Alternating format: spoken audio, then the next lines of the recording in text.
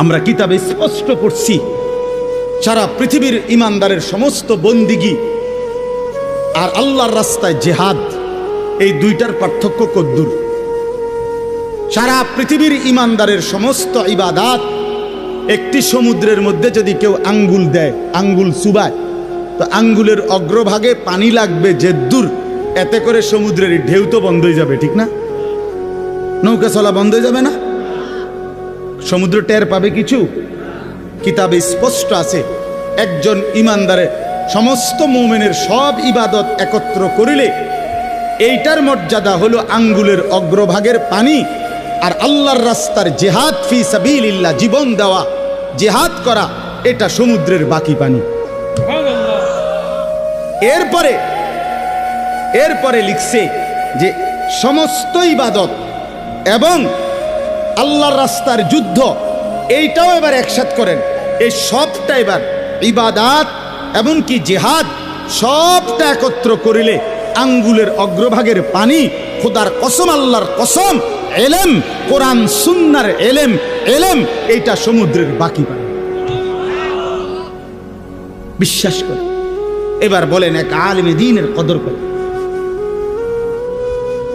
আপনি কারে টিটকারি করলেন? কারে? ওটা আপনার মসজিদের ইমাম ৬,০০০ টাকা বেতন দেখে আপনার চোখে লাগছে না? বেটার বেতন কম, হ্যাঁ বেটার বেতন কম তো আপনি না কম দিছেন, উনি নি কম নির্ধারণ করছেন, আপনি না তারে মূল্যায়ন করেন না। কথা বলেন না কেন?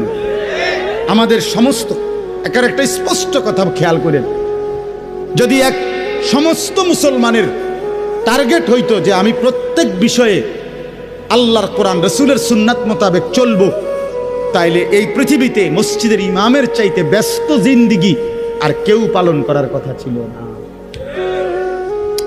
কেন?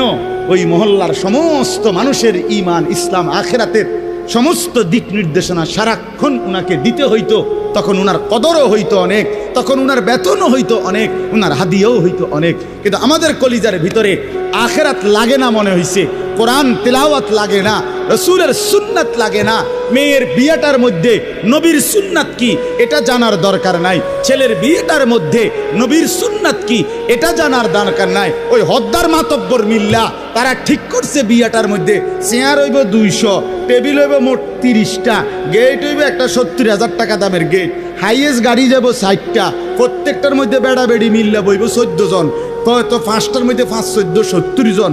এরপরে দিয়া গেটে দিব ২,০০০, বাজে খরচ হইল ৩,০০০, এই হইল ৫,০০০, এগুলো হইল হিসাব।